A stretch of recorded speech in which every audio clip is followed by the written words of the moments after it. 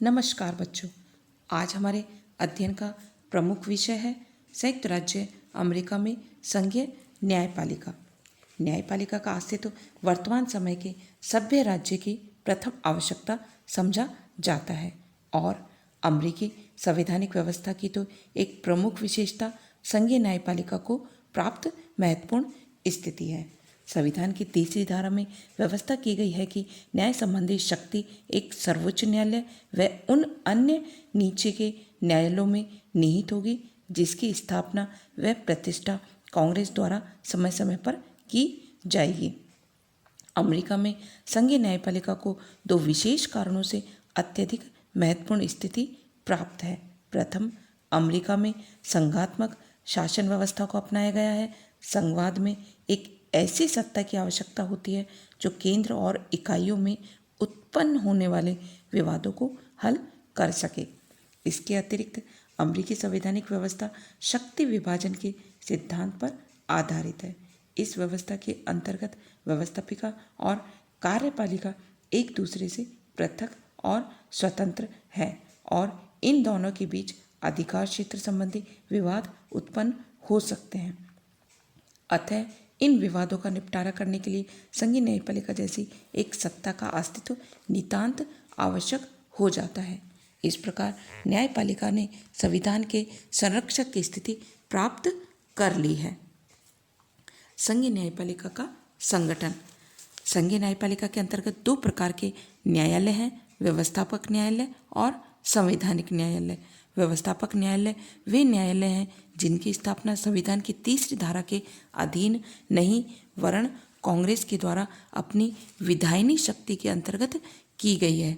ये न्यायालय न्यायिक शक्ति का उपयोग नहीं करते वरन इनका कार्य कांग्रेस द्वारा निर्मित कानूनों के क्रियान्वयन में प्रशासन की सहायता करना है।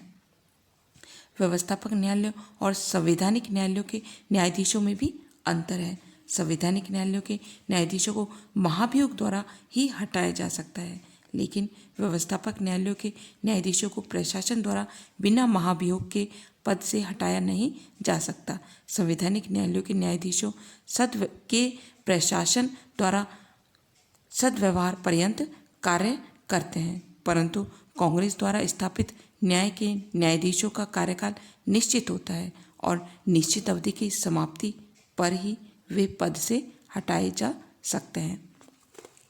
संवैधानिक न्यायालय संघीय न्यायपालिका का मूल आशय संविधान की धारा 3 के अंतर्गत स्थापित संवैधानिक न्यायालयों से ही है। संघीय न्यायपालिका का यह ढांचा त्रिस्तरीय है, जिसमें सबसे नीचे के स्तर पर जिला न्यायालय, उसके ऊपर संघीय अपील न्यायालय होते हैं और सर्वोच्च स्तर पर संयुक्त राज्य अमेरिका का सर्वोच्च न्यायालय है। जिला न्यायालय संयुक्त राज्य की संघीय न्यायपालिका का सबसे निचला न्यायालय जिला न्यायालय है। संयुक्त राज्य अमेरिका के समस्त क्षेत्र में इस प्रकार के न्यायालयों की संख्या 88 है। अमेरिकी संघ के प्रत्येक राज्य में कम से कम एक जिला न्यायालय अवश्य होता है। साधारणतः प्रत्येक राज्य में एक ही जिला न्यायालय होता है, किंतु क्षेत्र जनसंख्या की दृष्टि से अगर वह विशाल राज्य है तो उनमें आवश्यकता अनुसार अधिक जिला न्यायालय स्थापित कर दिए गए हैं। एक जिला न्यायालय में न्यायाधीशों की संख्या उस क्षेत्र में न्यायिक कार्य को देखकर निश्चित की गई है। जिला न्यायालयों को केवल प्रारंभिक अधिकार क्षेत्र ही प्राप्त है, अपील सुनने का अधिकार प्राप्त नहीं है। इनमें संघीय कानून से संबंधित दीवानी व फौजदारी दोनों ही प्रकार के मुकदमे पेश किए जा सकते हैं। कुछ मामलों में तो जिला न्यायालय के निर्णय की अपील संघीय न्यायालय में की जा सकती है और कुछ मामलों में इसके निर्णय की अपील सीधे सर्वोच्च न्यायालय में की जा सकती है। संघीय अपील न्यायालय। जिला न्यायालयों के ऊपर संघीय अपील न्यायालयों का गठन किया जाता है। इन न्यायालयों के द्वारा अलग अलग क्षेत्रों का दौरा करते हुए अपना कार्य किया जाता है। इस प्रकार उनको दौरा करने वाले न्यायालय भी कहा जाता है। ये जिला न्यायालय और अमेरिका के सर्वोच्च न्यायालय के बीच में स्थित है। इन न्यायालयों की कुल संख्या 11 है। इनमें से केवल एक कोलंबिया जिले के लिए ही कार्य करता है। प्रारंभ में जिला न्यायालय और सर्वोच्च न्यायालय की ही स्थापना की गई थी, लेकिन जब सर्वोच्च न्यायालय का कार्यभार बहुत अधिक बढ़ गया और इसके परिणाम स्वरूप कठिनाई उत्पन्न होने लगी, तो सर्वोच्च न्यायालय के कार्यभार को हल्का करने के लिए संघीय अपील न्यायालयों की स्थापना की गई। संघीय अपील न्यायालयों को प्रारंभिक अधिकार क्षेत्र प्राप्त नहीं है, वरन इन्हें केवल जिला न्यायालयों के निर्णय के विरुद्ध अपील सुनने का ही अधिकार प्राप्त है। इन न्यायालयों के न्यायाधीश अक्सर दौरे पर जाते हैं और अपने क्षेत्र में अलग अलग स्थानों पर अदालत लगाते हैं। इन न्यायालयों को अंतर्राज्यीय व्यापार कमीशन, संघीय सुधार परिषद व संघीय व्यापार परिषद के आदेशों व निर्णयों का पुनर्विलोकन करने और उन्हें रद्द करने का अधिकार प्राप्त होता है। इन न्यायालयों के न्यायाधीशों की संख्या साधारणतः 3 से लेकर 9 तक होती है। अपीलीय न्यायालय में किसी विवाद की सुनवाई कम से कम 2 न्यायाधीशों की बेंच द्वारा की जाती है। अमेरिका में स्थित सर्वोच्च न्यायालय। संयुक्त राज्य अमेरिका के सर्वोच्च न्यायालय की स्थापना 1789 के न्यायिक अधिनियम के अनुसार हुई। सर्वप्रथम यह न्यूयॉर्क नगर की वॉल स्ट्रीट में स्थापित किया गया। बाद में यह फिलाडेल्फिया में चला गया और वर्तमान में यह वाशिंगटन में स्थित है। रचना। सर्वप्रथम जब सर्वोच्च न्यायालय का गठन हुआ तो इसमें एक मुख्य न्यायाधीश तथा 5 अन्य न्यायाधीश थे। कांग्रेस के द्वारा समय समय पर इस संख्या में परिवर्तन किया जाता रहा है। वर्तमान समय में सर्वोच्च न्यायालय में एक मुख्य न्यायाधीश तथा 8 अन्य न्यायाधीश हैं। न्यायाधीशों की नियुक्ति राष्ट्रपति द्वारा सीनेट की सहमति से की जाती है। संविधान में सर्वोच्च न्यायालय के न्यायाधीश पद के लिए कोई योग्यता निर्धारित नहीं की गई है, इसलिए राष्ट्रपति किसी भी ऐसे व्यक्ति को इस महान पद पर नियुक्त कर सकता है जिसके नाम पर सीनेट की स्वीकृति प्राप्त हो सके। सामान्यतः इस पद के लिए राष्ट्रपति द्वारा प्रस्तावित नाम को सीनेट स्वीकार कर लेती है, परंतु कभी कभी सीनेट किसी विशेष व्यक्ति की इस पद पर नियुक्ति को अस्वीकार भी कर देती है।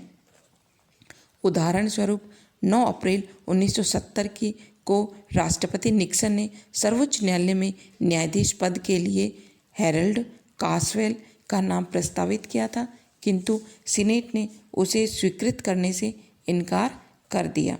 सर्वोच्च न्यायालय के न्यायाधीशों का वेतन कांग्रेस द्वारा निर्धारित किया जाता है और न्यायाधीश की पदावधि में इस वेतन में वृद्धि तो की जा सकती है, लेकिन कमी नहीं। न्यायाधीशों की पद की अवधि आजीवन है और वे सदाचार पर्यंत अपने पद पर बने रहते हैं। न्यायाधीशों द्वारा इसके पूर्व स्वेच्छा से पद त्याग किया जा सकता है।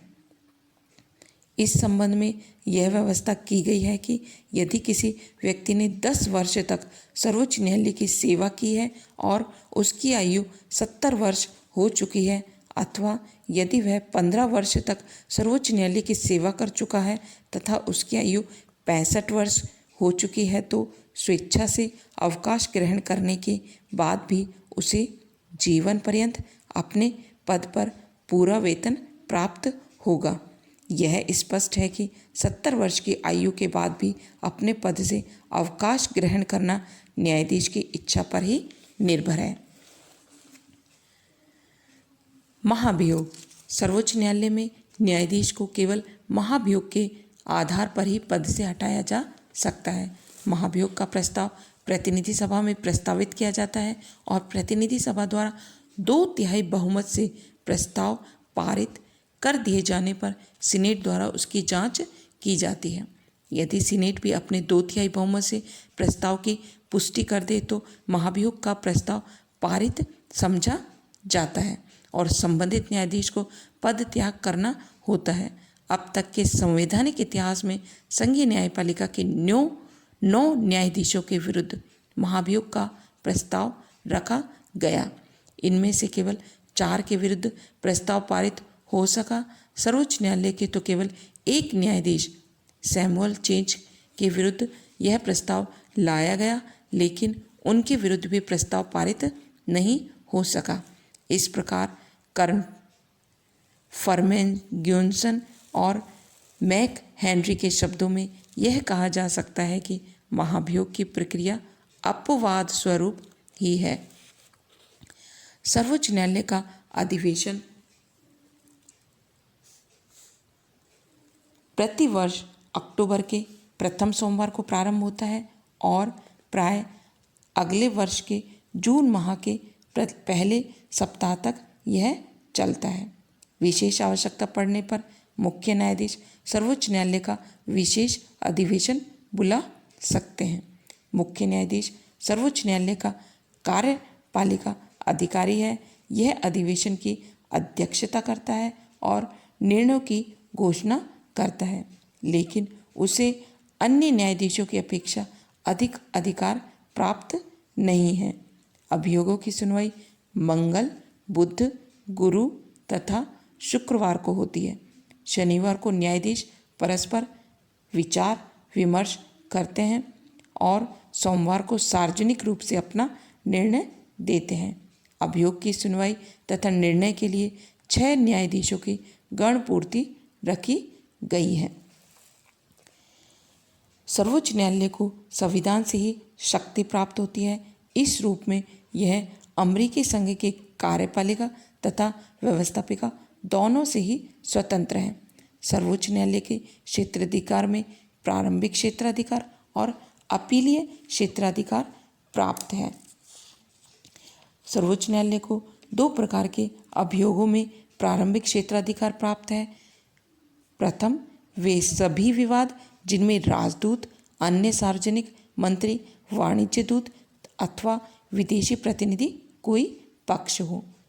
द्वितीय, ऐसे सभी विवाद जिनमें संयुक्त राज्य अमेरिका का संघ या अमेरिकी संघ का कोई एक या अधिक राज्य एक पक्ष हो। अपीलीय क्षेत्राधिकार, शेष सभी विवादों के संबंध में सर्वोच्च न्यायालय को अपीलीय क्षेत्राधिकार प्राप्त है, अर्थात निचले न्यायालयों के निर्णय की अपील सर्वोच्च न्यायालय में सुनी जा सकती है। राज्यों के न्यायालयों की अपील संघ के सर्वोच्च न्यायालय में की जा सकती है, अन्य किसी भी संघीय न्यायालय में नहीं। संविधान सर्वोच्च न्यायालय को कानून तथा तथ्यों के बारे में अपीलीय क्षेत्राधिकार देता है, परंतु कांग्रेस को इसे नियमित करने का अधिकार प्राप्त है। आज अध्ययन का विषय यहीं समाप्त करते हैं। अगले वीडियो में अमेरिका में न्यायिक पुनर्विलोकन का अधिकार अर्थात सर्वोच्च न्यायालय किस प्रकार संविधान का संरक्षक है, उस पर हमारे अध्ययन का विषय रहेगा। धन्यवाद।